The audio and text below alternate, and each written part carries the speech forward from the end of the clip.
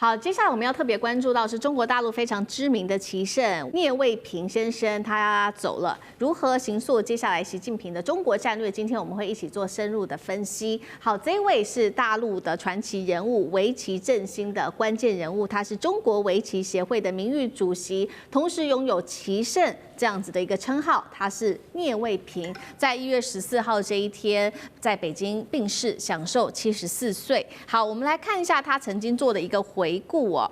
他說呢，他跟這個習近平主席曾經在青少年時期他們是好兄弟，文革時期他們一起度過了青少年時期。那他說呢，我的父親是一名科學家，那習近平的父親曾是革命的元老，他們都被打倒了。那麼我們與這個倒台的空軍幹部之子，這個是劉衛平一起並稱，當時叫做三平。那他們說處境非常的相似，而且呢，當時沒有學習的壓力，就經常會在一起玩耍。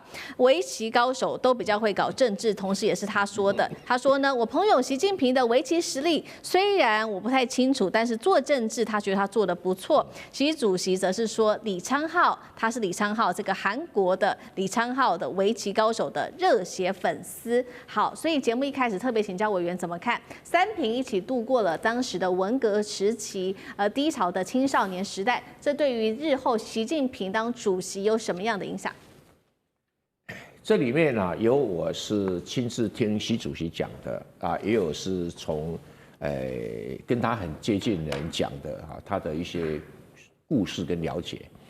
而且2016年，我陪洪秀柱去北京啊參加這個習紅會啊，來活動是我規劃的啊，所以我就坐在這個洪主席的旁邊，那我對面就是栗戰書，那旁邊就是這個習近平主席對着洪秀柱。那當然啊，這種東西都是形式化的哈。然後洪秀柱拿稿子念一遍，習近平拿稿子念一遍，奇怪了。習近平念了一半以後，突然間把稿子往旁邊一推，推給栗戰書，他突然講起來了，他說：“我們中國啊，不應該再有10年動亂，我們絕對不會讓他再有10年動亂。”他只是文革2個字沒有講出來。哦，10年動亂一定講文革嘛。這個是過去的錯誤，絕不能再犯啊。然後，當時啊，這個很多人受苦啊，這樣。那講完了哈，就話鋒一轉，我們也不希望兩岸亂啊，大概這話是這樣子哈。但因為這沒有在稿子上面，所以就正式的這些官員就沒有對外發布啊。然後因為我就是身兼發言人嘛，我出來就照章念一念。就當天晚上哦，我就請所有台灣媒體去參加這樣活動的啊，就吃火鍋啊，在那邊吃火鍋。結果啊，他們講說啊，就是洪秀柱要求什麼啊？要求說習近平主席能夠同意讓宋楚瑜啊去參加 APEC， 那同意台中啊能夠辦青奧會啊這樣子啊。那習近平是沒有任何回應，他就是一副很冷靜、很淡定的點點頭。那後來宋楚瑜果然可以參加 APEC， 那洪秀柱對我們台灣內部也可以交代。那因為青奧運剛碰到計政要搞，用台灣名義公投加在奧運會，就一直擱着沒有結果哈。因為等到時候你公投完了以後，青奧運也不用辦了哦，所以這是一個難題啦哈。但至少交代了過去，那他們記者聽我講的內容大概是這些以後，我突然間講說，習主席還有另外講了一些稿子上沒有的話，我就把我剛才那段話講出來。就一講完以後，在座所有的記者一哄而散，全部回去打稿。這個當然是啊，剩下我一個人在那面對這麼多的火鍋，我不想該怎麼辦啊！這記者朋友太不講道義哦，一句話花錢拿不來。他拿公家的錢去出差耶。所以我可以很確定一點，習近平主席的圍棋功力如何我不知道，但是他做事情一定是仔細的布局，仔細的布局，布好的局，他覺得可以下子的時候，他才會下，他才會下。有錯誤，他也很快就改，他不會說，為了顏面等等熬下去，他不會。我舉個例子，秦剛他發現有問題，馬上就撤完，他親自拉拔的3級跳的，他不怕人家講，馬上就改。還有苗華，軍委會委員也是他拉拔的啊，二話不說就馬上換人，哦。所以他是這種起手很迅速，但是布局很慎密，然後講話很溫和，啊，從來沒有什麼太過情緒上的發言，也沒有太過那種不必要的發言。所以，我們這個習主席的主政方式被形容是像圍棋，其實這句話也是剛好符合這個聶衛平他曾經用圍棋來形容過各個國家，好像他們執政者治理國家的一個方向。他說，中國確實就是下的是勢力圍棋，重視的是平衡。剛委員幫我們提到，就是說目光看得比較遠。那中國認為不戰而勝，讓對方自己投降才是上策。那他認為說，韓國的話是比較有攻擊性、戰鬥力爆表，日本則是溫和堅韌。賴老師怎麼看？我就順着這個委員剛談的啊，我來也講一下我的經歷啊。我跟習主席見了2次面，一次是在2014年的時候啊，都是在人民大會堂，也都在同一個福建亭啊。14年見面的時候，那時候他剛上台的第2年就見了，那時候藍營的士氣正在低落的時候啊，因為選舉輸了嘛，選舉輸了怎麼辦？啊，親民黨的很多的委員都離開了，移到了這個其他的地方去。那時候正是比較混亂動亂的時代，可是你看他把台灣的局勢事實上就穩住了啊。那18年的時候見了第2次，那是跟連戰去啊。那第2次的時候，那個時候就是準備要對美國要開始對抗，挺身而出，在全世界唯一的一個大國。挺身起來對抗美國的貿易戰。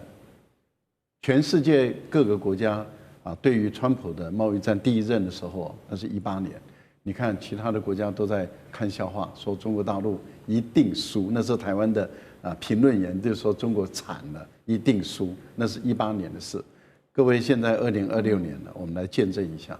你看當川普第2次再上來的時候，在搞這個貿易戰。歐洲的國家，日本、韓國、台灣等等倒一片，中國大陸挺住了，而且不但挺住了，還打得美國自己本身一直往後退，全世界都看得出來，就是中國大陸在打這場貿易戰的時候，其實就是2個觀念。我為什麼會講這2段？就是講2個觀念。第一個觀念就是勢，中國大陸把這個勢做出來，所以我覺得。如果要說習近平的圍棋思維，他確實有他所欣賞的李昌鎬的這種攻擊性的這種作戰，確實有。也就是說，他對於美國這種帝國主義、霸權主義，他的攻擊是非常的猛烈，而且是一點都不留情。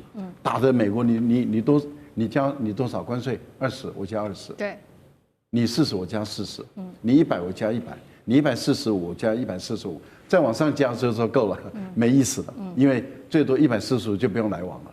那但是你看那個猛烈的程度，然後現在稀土一出來的時候，美國哇哇叫了，而且是猛烈無比，這代表有李昌鎬他的騎士在裡面。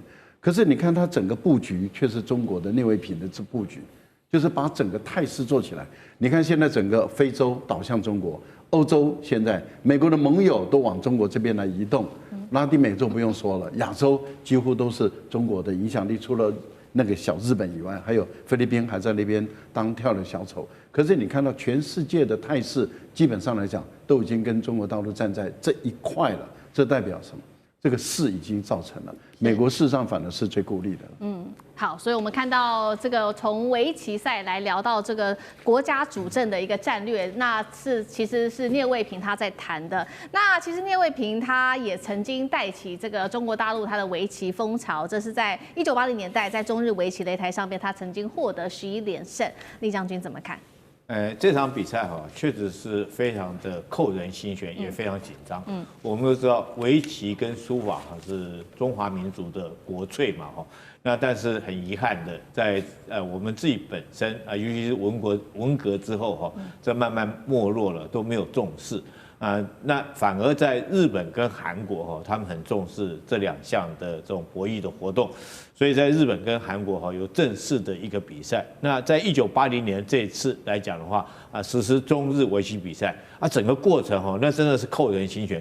那我們可以說用現在的話講叫逆轉勝剛開始的時候，中國隊了是以這個5比7落敗這個，然後沒想到這個聶衛平這個主將出戰的時候，連連勝的他的主將叫小林光一，跟他的冠軍啊加藤正夫哈，這打成7-7平手，哇，那最後一场是更精彩了。